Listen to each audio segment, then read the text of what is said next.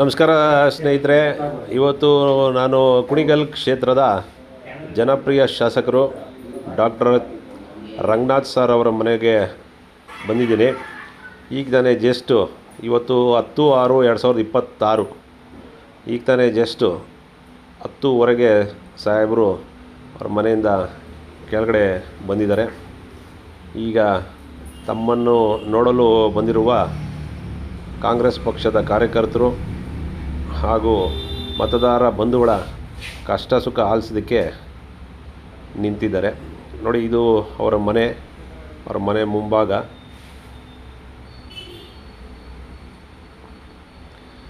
ಸಾಕಷ್ಟು ಜನ ಇವತ್ತು 200-300 ಜನದ ಮೇಲೆ ಇವತ್ತು ಭೇಟಿ ನೀಡಿದ್ದಾರೆ.